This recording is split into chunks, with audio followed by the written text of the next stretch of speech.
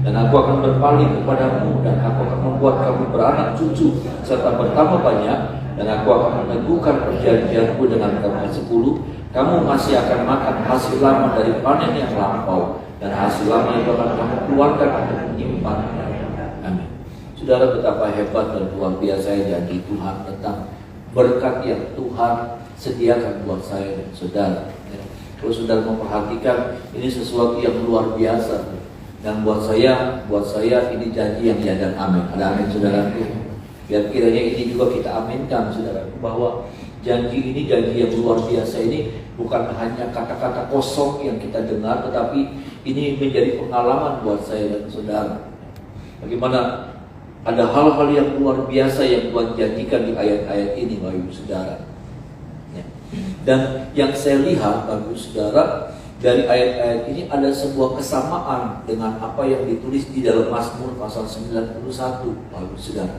Ya, ada satu kesamaan yang kuat sekali saya melihatnya antara Imamat pasal 26 ayat yang ketiga dan sampai seterusnya. Saudaraku, tidak selesai sampai di ayat yang ke-10 sesungguhnya, tapi sampai ayat yang ke-13 itu ada janji-janji yang luar biasa, ya saudara. Tetapi yang sekali lagi saya katakan bahwa ini sangat erat sekali, ada kaitan sekali dan mirip sekali dengan Mazmur 91. Janji-janji yang Tuhan berikan dalam Mazmur 91 itu sangat sama sekali, ya. Hampir sama sekali, saudara. Tetapi ada juga kesamaan yang kita juga harus perhatikan di dalam Mazmur pasal 91 dan Imamat pasal yang ke-26 ini. Jadi begitu, setiap janji itu selalu diawali dengan satu hal. Diawali dengan sebuah syarat.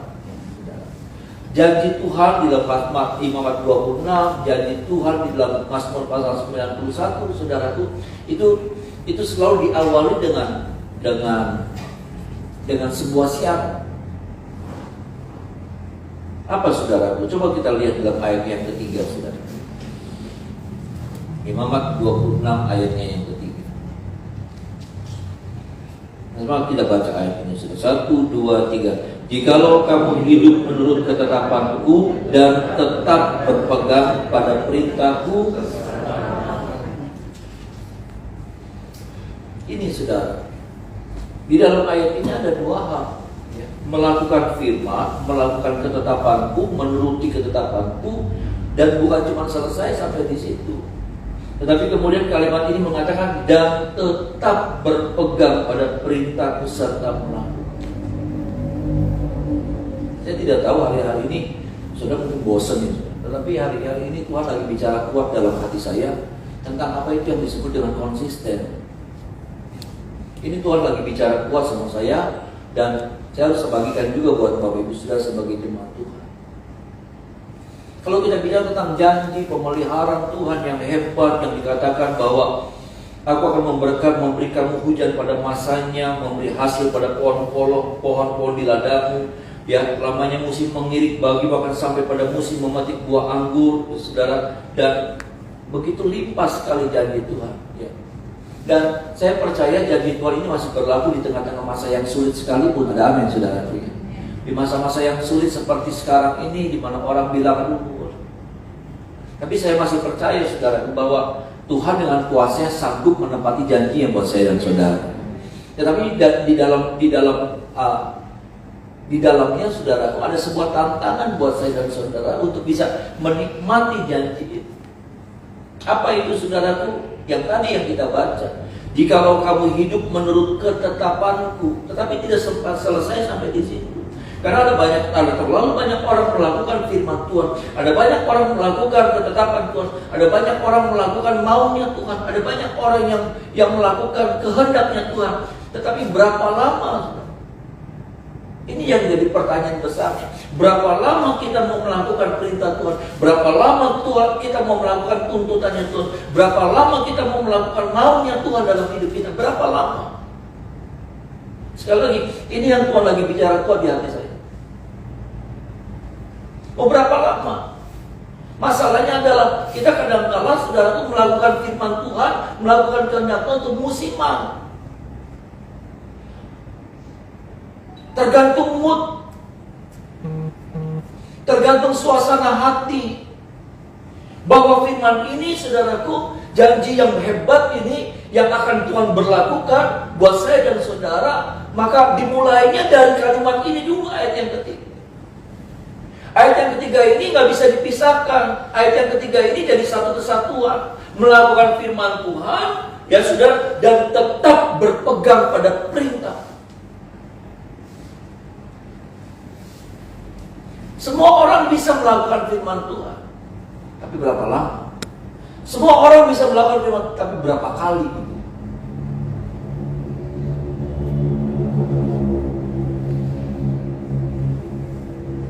Sekarang saya nggak mau bohong lagi, saya mau jujur. Tapi berapa kali, mau berapa lama kita mau jujur? Sekarang saya mau baca firman, saya mau baca firman. Tapi mau berapa lama gitu? Sama halnya kalau sudah baca dalam Mazmur pasal 91, Bapak Saudara. Coba kita lihat Mazmur pasal 91. Ini firman buat kita, saudara, buat saya juga, ya saudara.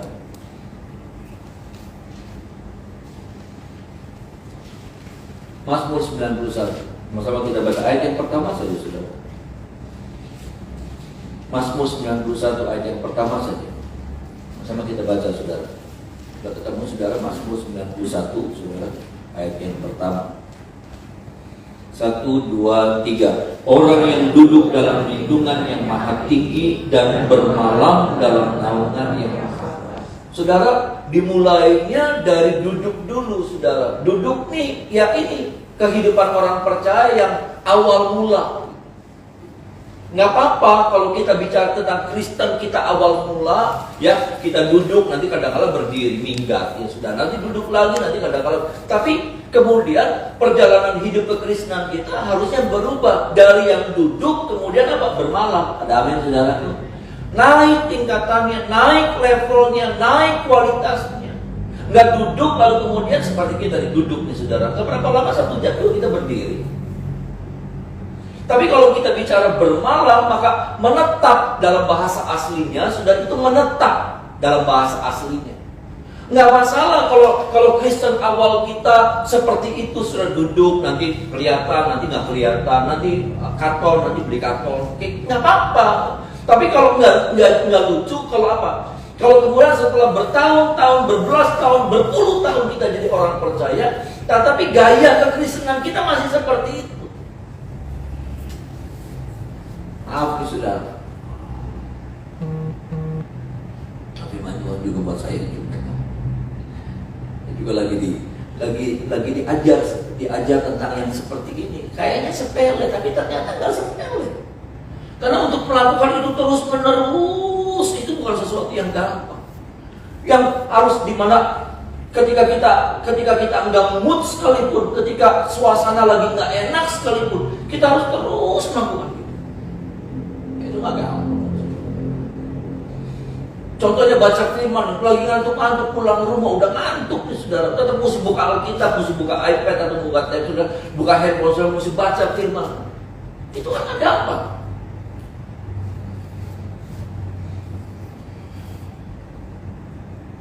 Kita udah biasa doa pagi nih, sudah. Ya doa pagi jam berapa? Nggak tahu saya doa pagi sudah jam berapa. Ada yang jam 1, ada yang jam berapa? Tengah malam ada yang. 15 menit sih nggak lama, tapi kemudian saudara lakukan itu terus. Ya.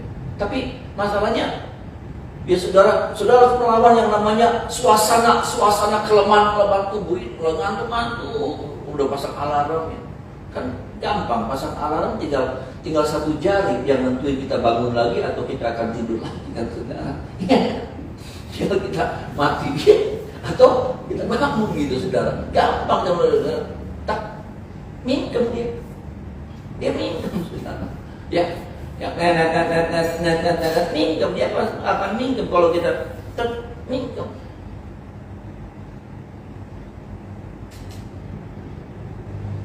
Mau berapa lama? Itu pertanyaan. Mau berapa lama kita seperti itu tuh, mau berapa lama?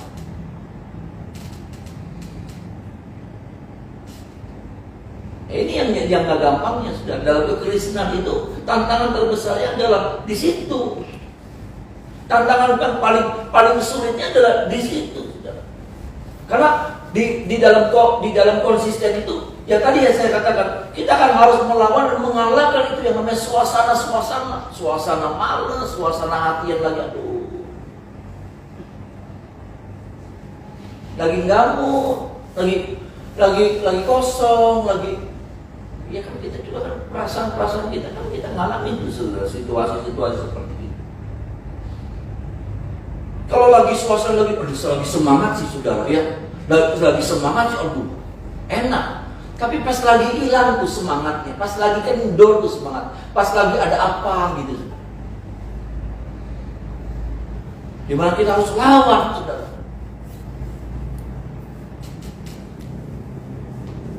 Itu baru satu hal, baca firman, belum hal-hal yang lain. Hidup benar, hidup kudus, hidup suci, sabar. Nah itu kan ramah.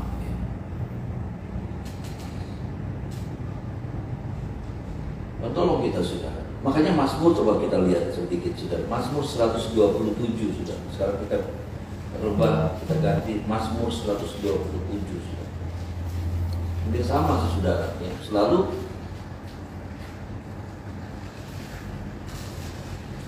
kaitannya saya melihat di tentang konsisten ya saudara, konsisten. Yuk kita baca sama-sama saudaraku. Ayat 1 sampai ayatnya yang kedua. Ayat 1 dan ayat yang kedua. Mazmur 127 ayat 1 dan ayat yang kedua. 1, 2, 3. Nyanyian ziarah Salomo. Jikalau bukan Tuhan yang membangun rumah, sia-sialah usaha orang yang membangunnya. Jikalau bukan Tuhan yang mengawal kota, sia-sialah pengawal berjaga-jaga. Sia-sialah kamu bangun pagi-pagi dan duduk-duduk dan makan roti yang diperoleh dengan susah payah, sebab Ia memberikannya kepada yang dicintainya pada waktu itu.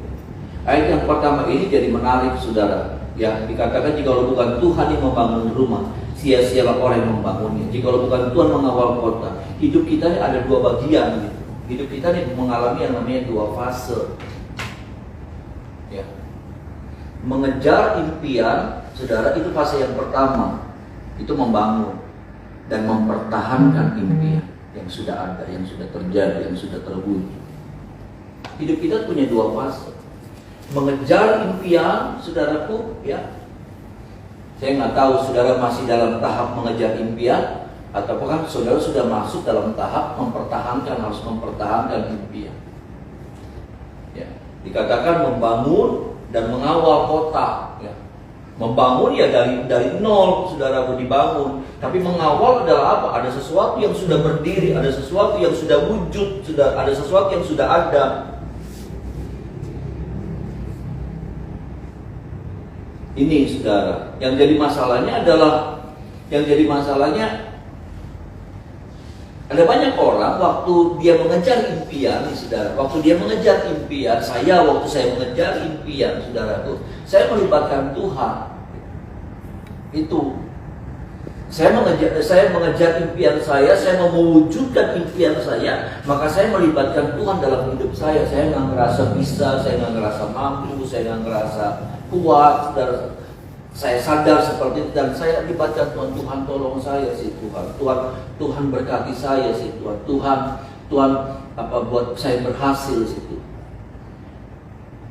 Tapi masalahnya adalah ketika kota itu sudah berdiri, impian itu sudah terwujud, nah semua orang masih melibatkan Tuhan. Ya, saya sih bersyukur saudara masih melibatkan Tuhan sampai hari ini. Amin. Ya. Dan saya mau bilang sampai seterusnya, saudara, sampai selamanya saya dan saudara melibatkan Tuhan. Ada amin, saudara. Karena gini loh, saudara, gampang sekali loh, saudara, hidup kita berubah tuh gampang. Gampang sekali. Hidup kita nih, saudara, kepleset dan jatuh gitu dan gak bisa bangun lagi, gitu, saudara. Gampang. Saudara.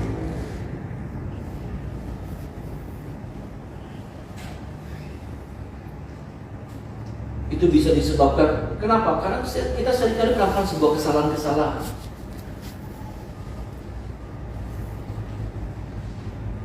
Simpson itu sebetulnya hancur, akhirnya terikat, matanya dibutakan, saudaraku. Semuanya jadi akhirnya menuju pada kematian karena sebuah kesalahan-kesalahan yang kecil. Dia bukan menghadapi satu bangsa Filistin yang kemudian dengan pedang, dengan tombak, dengan teriakan-teriakan, dengan ratusan ribu pasukan Filistin dia mati, bukan.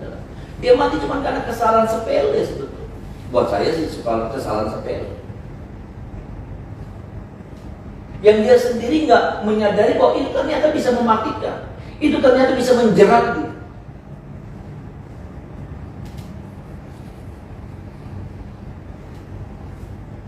Saya cuma mau bilang, saudaraku, jangan hanya melibatkan Tuhan pada waktu kita mau menghadirkan, mewujudkan impian-impian kita, mengejar impian itu. Tapi ketika impian itu sudah terwujud dalam hidup kita juga tetap butuh Tuhan. Ada amin, saudara? Karena untuk mempertahankan kota itu juga bukan perkara yang gampang. Karena ada banyak kekuatan yang mau merebut masuk dalam kota itu dan menghancurkan kota itu, merebut dan menguasai kota yang sudah kita bangun. Percaya. Maaf nih saudara, ada banyak orang yang mau ambil keberhasilan saudara, ada banyak orang yang mau ambil keberhasilan saya. Kalau kata kasarnya seperti itu. Gak gampang, ya. Sama halnya pada waktu sudah bilang, aduh gak gampang untuk bisa seperti ini, gak gampang.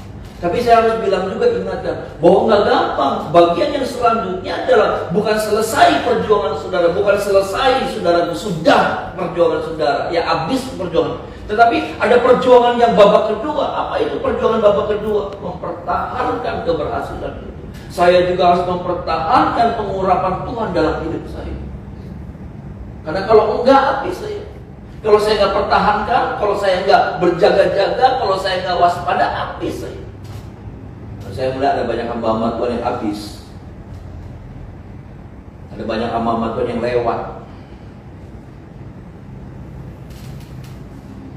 Saya juga harus berjuang, saudara. Berjuang untuk apa? Untuk mempertahankan, saudara, pengurapan kepercayaan Tuhan yang Tuhan sudah berikan kepada saya. Dan itu juga bukan sesuatu yang mudah. Itu juga katanya memakai kata perjuangan.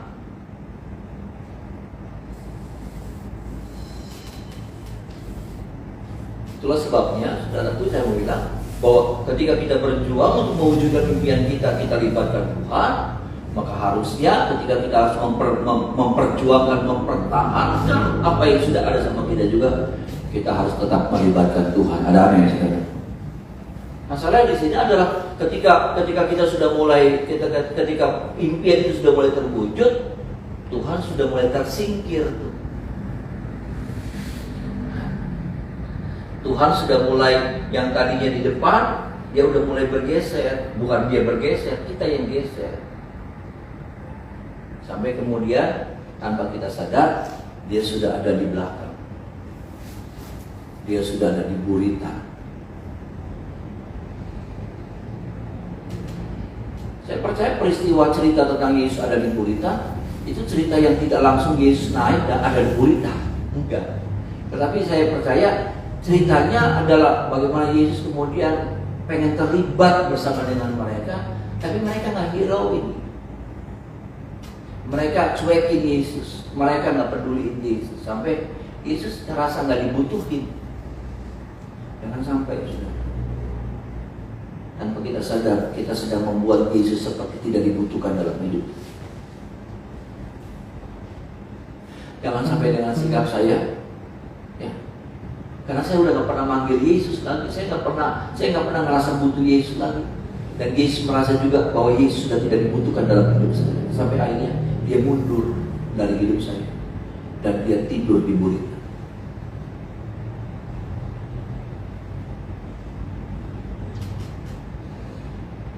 Lalu kemudian ada banyak orang Kristen yang bodoh yang bilang waktu badai datang, lalu kemudian dia bilang, mana Yesus seperti murid-murid.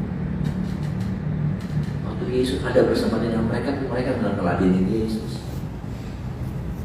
Kalau mereka merasa nggak butuh Yesus, mereka seperti menyingkirkan Yesus, sampai akhirnya Yesus tersingkir ke bumi.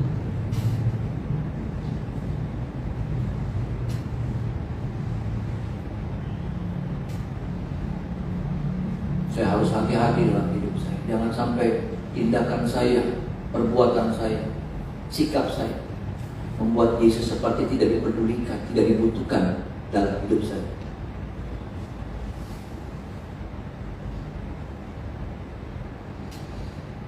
Tolong kita ya saudara, firman ini boleh mengingatkan kita bahwa urusan berkat saudara itu tuh bukan masalah buat Tuhan. Ada amin saudara. Buat kita masalah, tapi buat Tuhan tuh nggak masalah. Tuhan cuma minta dua hal ini dari hidup kita.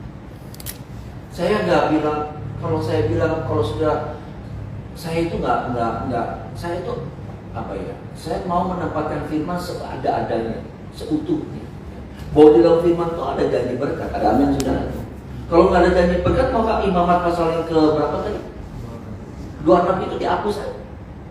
Ada janji berkat, tetapi juga saudaraku, janji berkat itu sebetulnya itu adalah hasil, itu adalah akibat. Akibat dari apa? Dari kita melakukan firman dengan apa? Dengan terus menerus. Setianya kita perjuangan untuk terus menerus. Ketaatannya kita, saudara, dan banyak hal lain.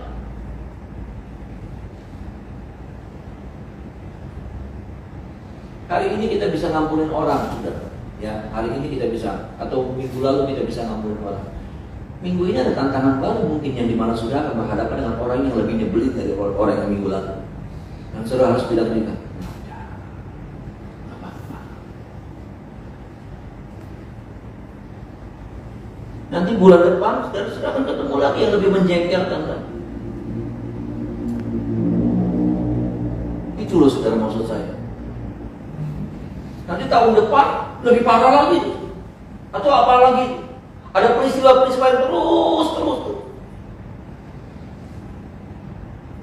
Bukan berarti sabar saudara, hari ini, minggu kemarin saudara menang. Waduh, puji Tuhan. Udah gak ada lagi tantangan, ada tantangan.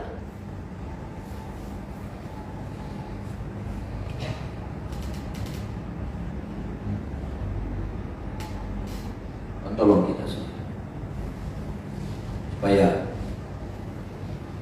ya, kita tetap menjaga dua hal ini. Tuhan senang kita ketika Tuhan melihat kita melakukan firman, tapi nggak seberapa, karena Tuhan lagi nunggu. Ini orang mau berapa lama melakukan firman? Ini orang mau berapa lama setia? Ini orang mau berapa lama suci? Ini orang mau berapa lama pun?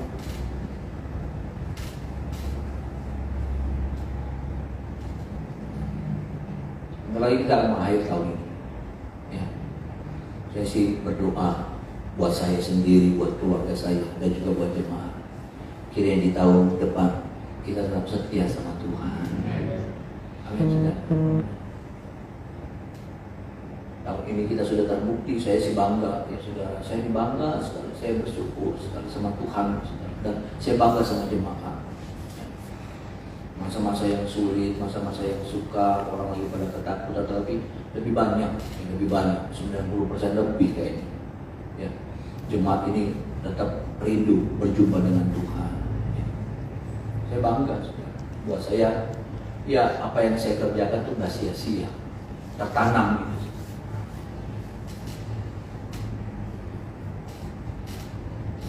Saya bersyukur sama Tuhan, dan itu menjadi ucapan syukur saya, itu menjadi sukacita saya ketika saya melihat.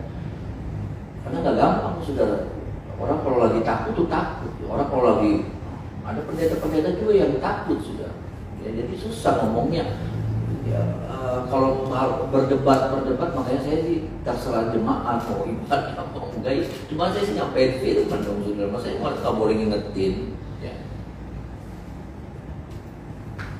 Kan COVID yang bisa ngomong sudah.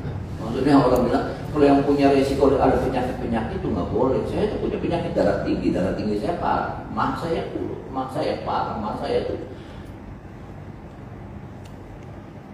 sampai muntah darah. Itu 3 kali saya muntah darah. Artinya ya tubuh saya ini udah nggak bagus gitu sudah. Udah baik. Hidup mati dalam tangan Tuhan. Ya.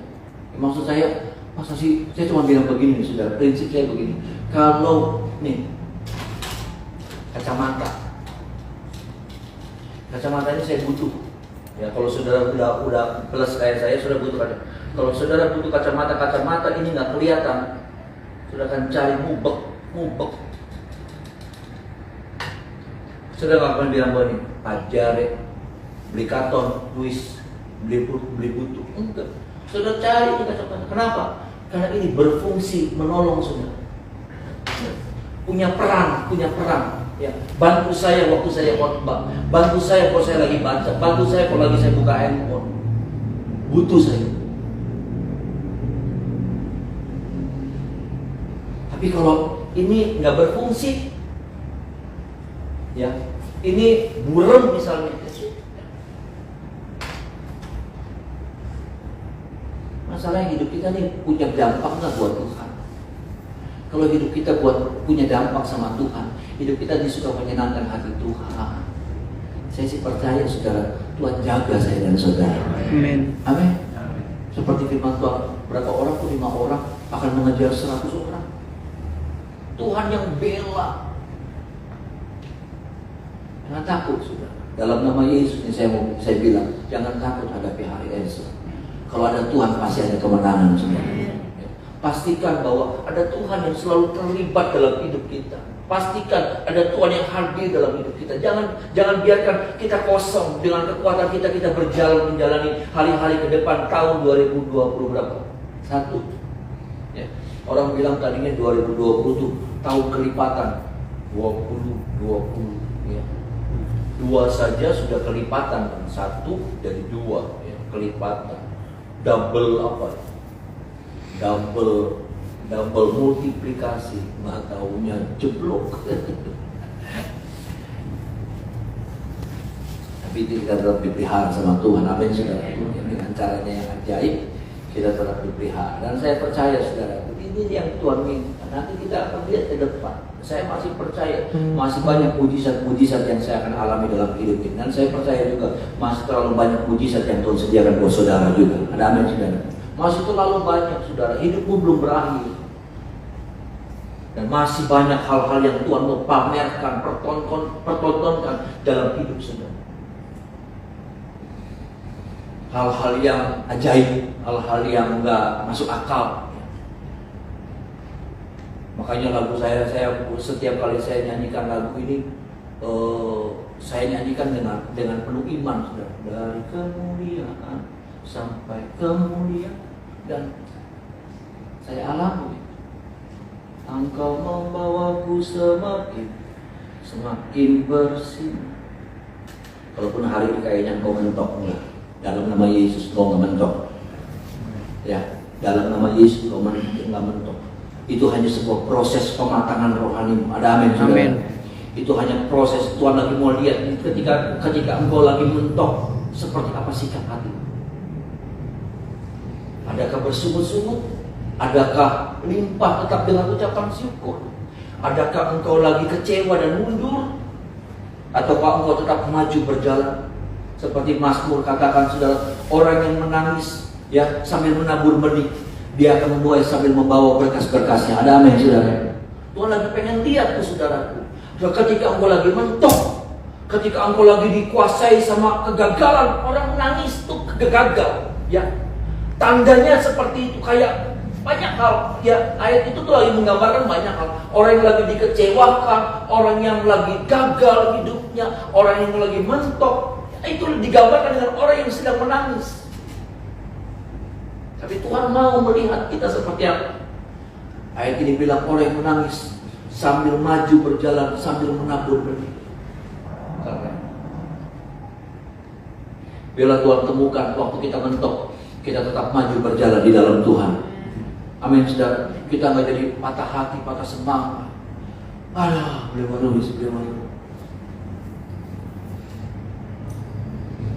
Itu proses. Waktu engkau lagi mentok, itu proses.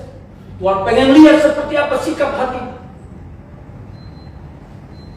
Adakah engkau tetap setia sama Tuhan? Dan kalau engkau tetap setia, Alkitab katakan, dan saya mau bilang, firman Tuhan itu ya dan amin janjinya buat saya dan saudara. Dia akan pulang membawa berkas-berkas. Dia akan pulang dengan sorak-sorai. Artinya apa? Berubah keadaan. Berubah keadaan. Dan ada hasil yang luar biasa yang Tuhan berikan.